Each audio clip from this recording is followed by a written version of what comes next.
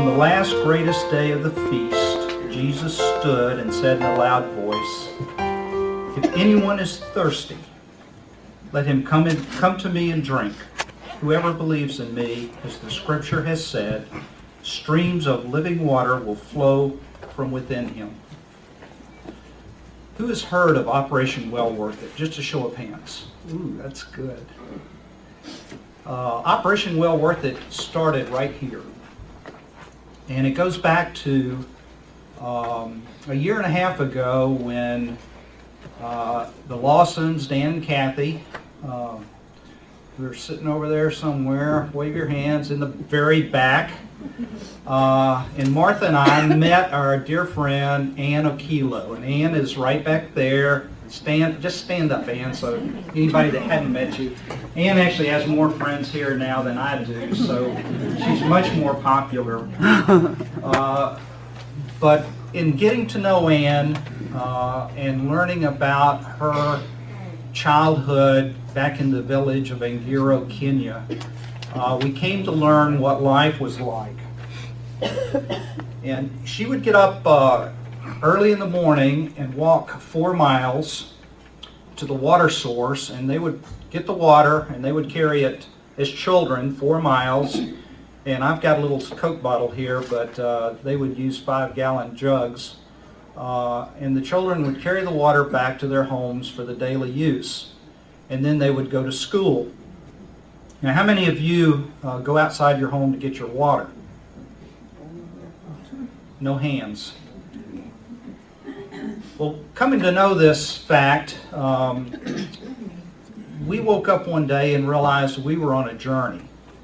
And this journey, we're not sure when it started, but we became convicted with the notion that we could do something about the conditions in her home village. And to use a metaphor, we realized this journey had us on a bus, but we weren't driving. Truly, in there's story after story, which my 5 minutes won't allow me to tell this morning, about how God has been leading this journey to bring the message of the living waters to Ann's home village. And the vehicle that we're using is to bring clean, fresh water delivered from a well and purified through a rather innovative purification system to the 3,000 people that live in her village. And this is a journey that we're just relishing. We expect to actually conduct the work hopefully by October and consummate it with a visit ourselves. And I guess the only people that have really said right now that we're going are Dan and me and Ann. There are others who've expressed an interest, but I won't put them on the spot yet. The project is expensive because her village is remote and it has no electricity. So it entails not only a well, which is a small portion of the total expense, but it involves a solar-driven pump to bring the water out of the well, and again a large filtration system which will filter enough water on a daily basis to serve the 3,000 people that live there. We've already conducted the hydrology studies, and we're confident of where the water is, and we've received the approval to locate the well on the school property. Now, if you think about what Ann had to do, she would walk 4 miles, get water, take it 4 miles back to her home, then go to school. Now the well and the water source will be on the school property, and perhaps after school each day the children can take the water home in the normal course of leaving school. So tremendous change in lifestyle for this village, and it will have an incredible impact not only on the health but on the ability of the children, and the girls disproportionately are burdened with this fetching water task. And because of that, there's a disproportionate number of young girls who drop out of school, do not pursue their education, and as you can understand, perpetuates the cycle of no education and poor health. There are lots of great little stories that I'd love to tell if I had 7 minutes instead of 5. But the first money, the total cost of our project is $35,000. I think I failed to mention that. And we're in the midst of our fundraising effort. We're over halfway there. There are many stories of sacrificial giving which just will move your heart.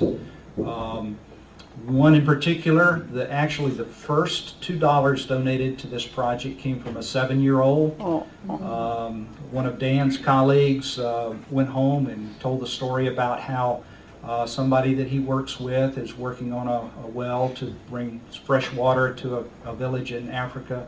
And this young 7-year-old went to her piggy bank, pulled out $2, gave it to her daddy, and said, "I want to be part of this." And with that, there was no turning back. We had to keep going. So, That's precious. Another person I want to recognize, without embarrassing her, is Cindy Speaker. Cindy said, "Gee, I'd like to be part of this, and can I lend my skills?" And I had no idea when she said her skills how incredible that is that she can do. Cindy prepared a video for us. If I had 25 minutes, I would share it with you, but maybe another day. She prepared a video which we've been using as a tool to share the story. It's incredible. It's on YouTube, and there's a handout on your table which gives you the address so that you can see it yourself. It's been very warmly received. Anne has received comments from Japan, from Brazil, from Nairobi. The University of Nairobi picked up her story, which is the college she got her undergraduate degree from. People from all over the world that she knows have been calling her saying, "Is this you?" And it is, Anne. And we're excited about that. It just warms our heart as things, positive things happen in her life. And as I said, she has more friends at Calvary Fellowship now than I do, so that just warms my heart too. Two things, or a couple of things for this morning I would ask of you.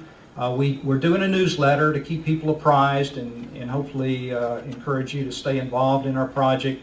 So an email address would allow us to send you a newsletter to keep you updated. So I put an email sign-up list on the tables. I don't think there are any in the back, but if you could write your name and email address down, we would send you a newsletter. We certainly need prayer support, and we just can feel God working on this project all along the way. Satan jumped in at one point and tried to trip us up, and we were thankfully recognized that and got him out of the way, so off we continued. And of course we need your consideration of financial support if you're so moved. CFC's Mission Committee has, I don't think endorsed is the right word, but have agreed to act as the recipient of checks and donations so that we can make it easy on you if you are a regular giver. That would be included on your regular giving tabulation. And if you give a check to CFC, that would be acknowledged in due course. It needs to say very clearly in the memo line for the Kenya project so that it does not get commingled with the operations budgets. And John Keeney warned us not to put it in the offering plate because it may not be seen in the process of doing the weekly tabulation. So if you are so moved and can give it to me, I would appreciate it.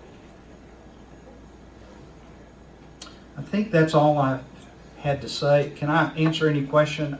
Y'all are great. I'm just so, I have raised money for American Heart, Diabetes Association, and United Way, and I tell you, that just doesn't compare to what how it humbles me when some of you hand me a check for this effort. So I'm just thankful for the opportunity to share, Thankful for all the support that I've already seen, and we're on our journey. Join in with us. Thank you.